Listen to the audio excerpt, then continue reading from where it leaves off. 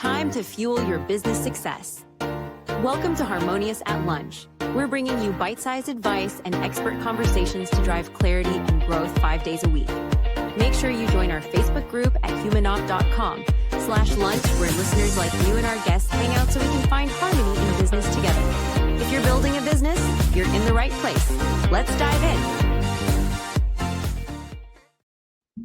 Welcome back into some more bite-sized business advice. Today's episode, we got a topic that I personally have never heard of, and I'm fascinated to dive in and listen with you today. We're talking about how to nuke your credit card debt, but not just paying it off the old-fashioned way. We got new ideas, fresh takes on things. I think that this episode is going to blow your mind. So, Tommy Kilpatrick, welcome to the show, and thank you for being here. Oh, thank you for inviting me. So when I was reading your bio and what you talk about before we started recording here, my first thought was, this is either going to get us arrested or it's going to be the greatest thing we've ever heard. And I'm open to either one at this point. But you tell me, I want you to introduce this topic, nuking your credit card debt. What is it exactly that we're talking about?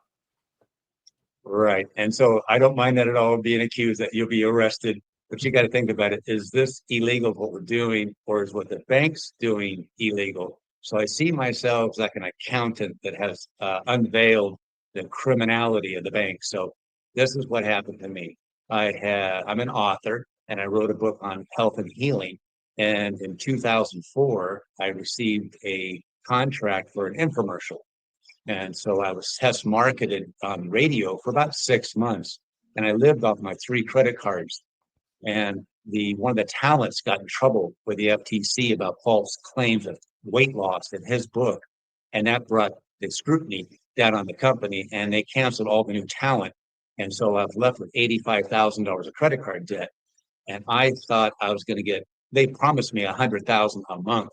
So 85 was just partly a month's pay. So I would have no problem. And so it put me in a tailspin, a little depression for about a month. And then one morning I woke up thinking about my dad was a CPA. I was in school to be a CPA.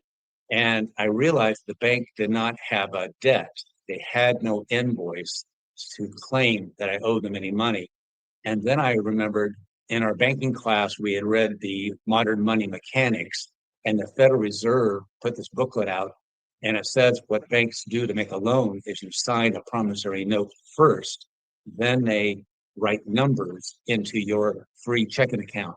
And if you look at the inflation rate since 1776, it was just flat until 1933.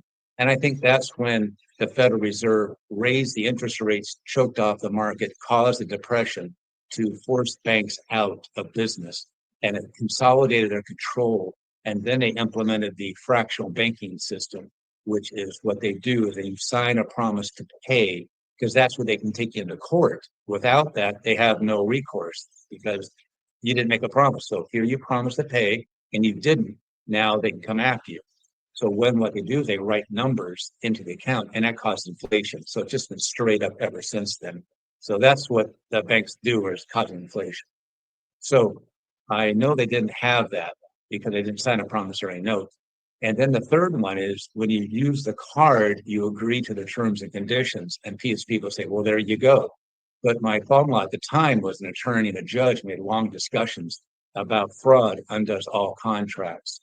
So with that in mind, I filed based on watching some guy on YouTube years ago, how easy it was and simple to file a federal lawsuit. The judge was so nice to you and accommodating to the pro se litigants. I believed the guy, so I filed 3 federal lawsuits in Los Angeles.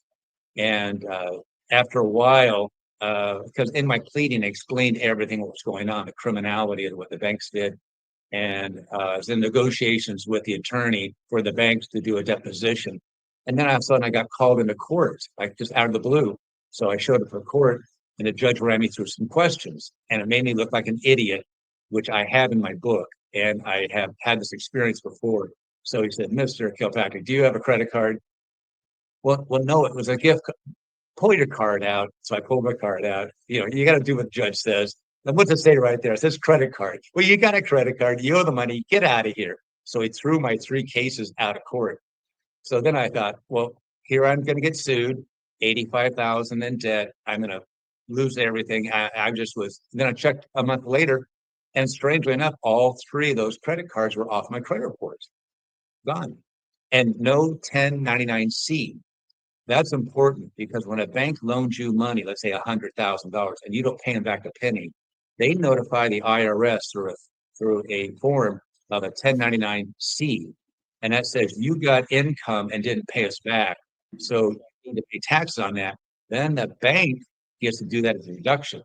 So the bank never issued me a 1099-C. They did not take $85,000 credit card debt off their taxes. So we know right there it wasn't truly a debt. So that's what I did. A friend of mine gave me a charity that was kind of inactive. I turned it into a credit repair kind of a charity, but a lot of people had credit card debt. So I'd write a letter to the bank explaining the fraud, and they never heard from them again. But the ones that had higher amounts, 20, 30, 50, 100,000, they would push back. And that's when most of my people would represent themselves. They didn't have a problem. It's the ones that refused to go into court by themselves. I had to hire an attorney. And then at the last minute, everyone's attorney stabbed me in the back, pulling out of the case. It's like, oh, yeah, I can't say this in front of this judge. I got other clients. He'll look like I'm an idiot. But I just realized just recently I was going to have a podcast. I was a guest on for a legal show. And I realized that if the attorney was in the same position I was in, he would look like an idiot. And a judge, as I say in my book, would look like he's going to be disbarred. So that's where I can kind of see their hesitancy in this. So that's when I kind of lightened up a little my anger about the attorneys who stabbed me in the back. If they went into court, they'd be tossed out too. So that's basically the story is how you can, from my background, so what happened to me is I didn't have to pay because it wasn't a debt. So, Yeah, which is fascinating to me. And you mentioned this before we started recording. You said it's only certain credit cards, bank issue credit cards. What does that mean? So if someone's listening right now, right. we're thinking, okay, I have credit card debt because most of the listeners are American citizens, definitely have money on their credit Sure. cards. It's just what we do best. We spend money and keep debt. Outside of that, okay, I'm running my business. I have credit card debt. Now this guy's telling me it may be fraud, but by the credit card company. And if it's weighing me down, I may be able to get out of it. I'm not advocating, don't hear me say this, listener, to go just write off all your debt and spend money freely. That's not what I'm saying. But if it's burying you, this is potentially another way out. So, Tommy, back to the question. You said Sure. it's only a certain number of or a certain type of cards. Explain what you mean by that. Right. So when you say you have credit card debt and you go into court and say that you've got a debt, you can't get out of it. Okay, because you're admitting you have a debt. Now, we're watching TV and we see a bank robbery, and the news always says alleged, even though they dropped their wallet, even though you open it up and see the guy's name, it's always alleged because you're assumed innocent until proven guilty. But if you just add that one word, then how can I nuke my alleged credit card debt? Now you're forcing the bank to come forward with their claim of a debt and their evidence. Okay, so there are true credit cards. And for example, let's say you need tires. You go to a tire store. It's their tires. They bought them. And you say, I don't have any money, but I will have some money in a month or so. I have a refund check, or I've got a paycheck, or I got a bonus coming. So I can pay you. I just don't have it now. And I say, well, why don't you apply for the in-store credit card and see if you're approved? Hey, you are. And it's great. Great. They put $1,000 of tires on your car. They balance it, and off you drive without paying. But they have an invoice. Okay, the invoice is a critical thing. I'm not talking some wacky, weird thing. This is basic accounting. So any CPA, anyone who took an accounting class is going to agree with me. So I want to say to your listeners, don't believe me. I'm a doubting Thomas. I want you to doubt me. I have links in the show notes. I want you to check out those links so you can see what I'm talking about is the truth, and have this podcast sent to your CPA and have them tell you I'm actually 100% right. Okay. So a store you owe that money. You can't get out of it. It's an invoice. They have the date, they have the tires, they have the size, they have the taxes, they have the labor, they have it. And you have an unpaid outstanding invoice. Okay.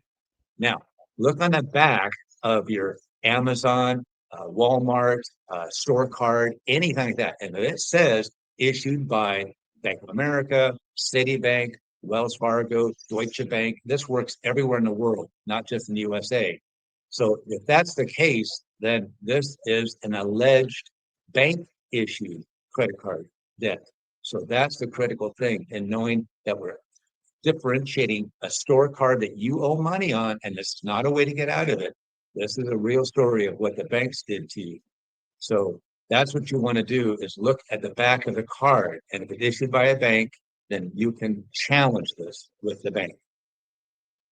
Okay. So assuming you did not actually purchase something that's tied to an invoice and it's just a regular credit card, like you said, Amex, Visa, MasterCard, Capital One, and it's issued by a bank, this applies.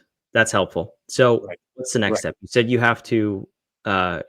have to write a letter to the bank or the card issuer. What does that look like? And you also said this can be done within 45 days. I'm curious what the process looks like, assuming, okay, everything lines up, we're in check so far. Now what? Right. So before we step into the next part of what the bank is going to argue, and I'll answer your question in just a second, we have to fully agree that the bank does not have an invoice. They do not have an invoice. They did not put tires on your car. They didn't do that. Then you're going to say, oh, they did a loan. Okay. So let me ask you a question there, Brendan. When you apply for a loan and you're turned down, do you still get the loan? No. No, you don't get the loan, you're turned down. But if you get approved of the loan, then what do? You go into the bank and you fill out loan documents. You have to provide proof that you have an income because the bank cannot be accused of predatory practices. They've got to show the court that they've actually did their due diligence to make sure that you could actually pay this back. So they ask you for proof of evidence of income. You also have to put up collateral. You have to put your house up, the car, or if you go for a personal loan, there's got to be something the bank can take away from you and then sell it to get their money back because there was a loan. They just can't do that. They have to have some kind of collateral. Then the other thing they do is they need a credit report to show your history. Your credit score indicates the amount of interest rate you're going to pay. But the last thing you have to sign is a promissory note. That's the critical thing. When you sign the promissory note, you're promising to pay them back. So this does not get you out of a loan for a mortgage. It doesn't get you out of a car loan, doesn't get you out of a personal loan if you sign a promissory note. So with that all being said, all you have to do is write a letter to the bank, ask them to close your free checking account that's associated with this card. It sounds Brent, so you're going to say, I know. You're going to say, what checking account? Okay. What the banks do is they're all about loans. So if you have no money and you walk into a bank, you're going to walk out with money. And how you do that is with a loan. Now, the other side of it is when you take money to a bank and you put money into it, it's actually considered a loan to the bank, right? So banks try to get you as a customer and they spend money. They have a budget. They have advertising money to spend to get you as a customer.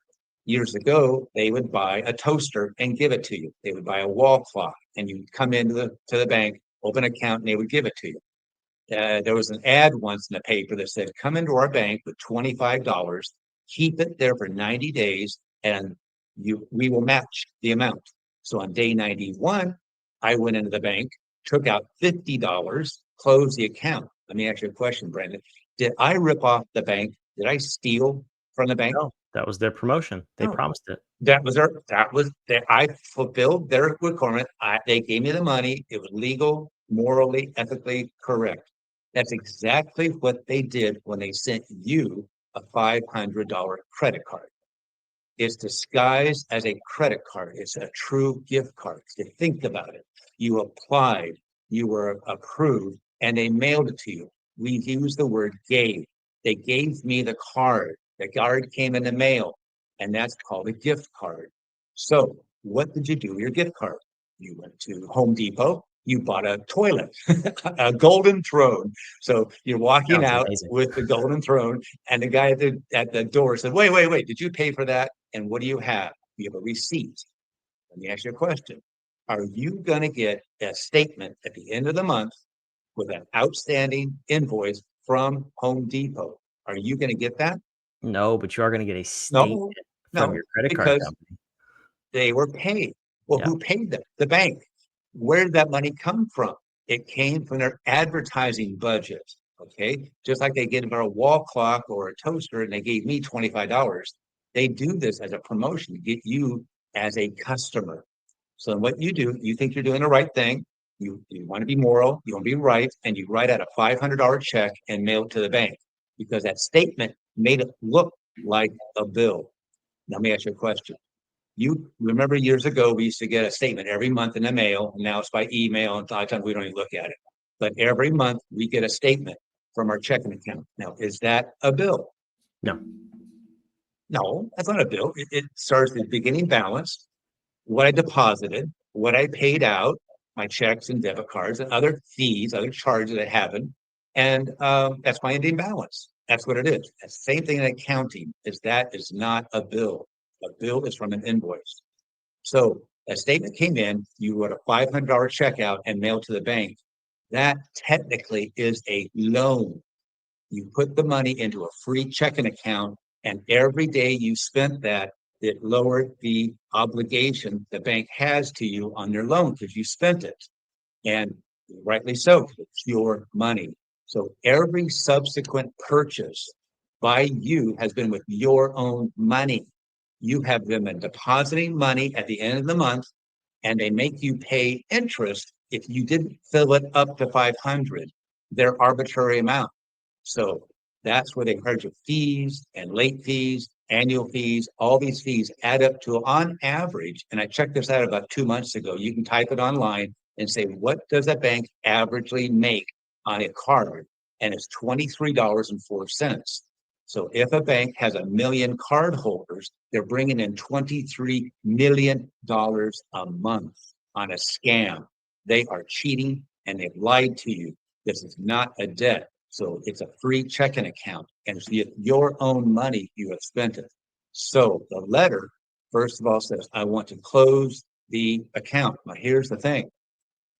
If you go into a bank and close an account, they say, oh, here you go, sir. Here's what's left in the balance due. And now we have a zero balance. Now we close the account. Not with these. The banks will steal your money. So you need to close, you need to withdraw your money. You have been paying every month. That money is yours. They call it available credit. No, it's what's available to you that you can use because it's your own money. So you need to withdraw that money first before you write this letter, or they're going to keep your money. So I call that theft. So withdraw the money, then write a letter to the bank saying you want to close your free checking account associated with this. And that's the weakest. Now, if you want to add some power to that, have your CPA write a letter saying, first of all, the bank does not have an invoice. There is no debt. Two, since there never was a promissory note, it's not possible for them to have issued you a loan because you didn't sign, you have no documentation. And then you have your attorney, and there's an easy way. They sell $300 for a letter, I know, but there's a thing called Legal Shield, and for $29.95, you can have this for 1 month and then quit. You don't need to do it every month. But an attorney will write the letter to the bank saying fraud undoes all contracts. It has been repeatedly over and over again. The Supreme Court has ruled that they cannot be involved in a crime. You can't bring a criminal, your criminal activity to court. They'll throw it out because if you're committing a crime, you don't get to play the game of that's a contract. So you don't have a contractual agreement with the bank.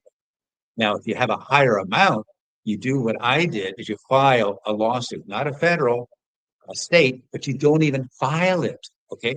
Make it look like you did. There's no docket number. Okay. So you fill out the complaint, you lay out exactly the scam that the bank is doing. You also put in there that if you send me a 1099-C, I'm going to file a 3949-A with the IRS. And that's a form you file to notify the IRS of fraudulent activity. This is fraudulent activity by the bank. They are committing tax fraud by making a claim on a loss when they never had a loss. It was your own money they stole from you, basically. And now they're making a claim of a tax deduction. So you will not get a 1099-C at all. And then what you're going to ask for is for them to remove it off your credit report, right? Very simple.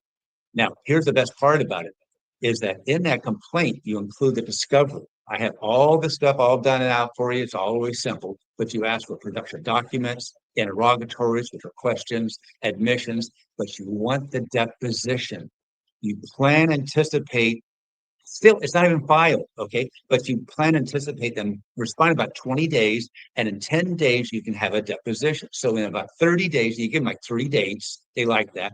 So once the bank receives this, they're looking at, oh my God, if we respond to this, we're going to have a deposition. Someone in the bank is going to have to swear they're on a Bible saying that you have a debt, and we have evidence. We have an invoice, we have a certified copy of the promissory note, and you've got someone who's going to swear that you have a debt with a bank.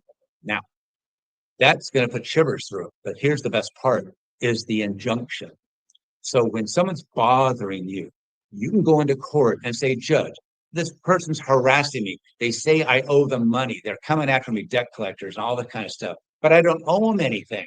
And that gives the other side a chance, 30 days, to bring to the court evidence of their debt. They would have to have an invoice, a copy of the promissory note. They'd have to have somebody that's going to swear that you owe money, and they can't do that. If they can't do that, now they're in contempt of court. So when you send this to the registered agent, they're the person who receives all the lawsuits. You send this brick. I want to kill a gnat with a cannon. And so when the attorney looks at this, the bank attorney, they're going to go, this is going to be 40 hours of my work at $500 an hour. That's $20,000. We're looking at $50,000 just to get the thing started. And now I've got a deposition in 10 days. This is not the best way to go, bank. You better bail out. All they want is it clicked off their credit report. So that's all they're going to do. One click is off your credit report. And that takes about 30 days. So figure 30 and 15, about 45 days. Look at your credit report, and that should be off your credit report. That's what happened to me. And this is about crazy. 1,000 people I helped over the years. Yeah, I mean, it's fascinating stuff, and I've kind of dug into this world in other areas, not with credit cards, but with how banks work and the Federal Reserve and loans and all this stuff. And once you open the can of worms, I promise you, there's no going back. So it sounds like you've done the same, Tommy. You said you had links to these resources. What was it, on your Facebook page, website? I can send it to you in your show notes. And Perfect. The first link is just that banks do not make any loans. And the second link is about how they have to have a promissory note. And the third link is about the law that Supreme Court's ruled over and over again that fraud undoes all contracts. Now, the fourth one is a fun little guy on YouTube. He says, do this. I've made $361. You deposit money into banks. They match your money, wait to the term, and then close the bank out. And that's how I made $361. So people know that you can do this to a bank, and the banks are well aware of this. It's just my knowledge is about the credit card is the same thing as that. Yeah, very interesting. Awesome. So for those of you watching, listening, it'll be down below. Those links will be down below in the show note. We'll be sure to provide those. Tommy, thanks so much for being here. Well, thank you very much. And for the listeners, I hope you enjoyed this episode. I hope it made you think a little bit. If you think we're crazy, maybe we are. I don't know. I'm on Tommy's team on this one, so we're both crazy together. But expand your mind. Expand your knowledge and your resources of what's available to you. That's the only way you grow and scale your business. We'll see you on tomorrow's episode of Harmonious at Lunch. Another episode of Harmonious at Lunch in the books. I hope this episode made you think and you grabbed some actionable ideas to propel your business. Don't forget to like, comment your takeaways, and subscribe wherever you're listening so we can help more entrepreneurs just like you achieve harmony in their life and business. For cutting-edge tools that bring clarity to your people and processes, check out humanoff.com to download our app today.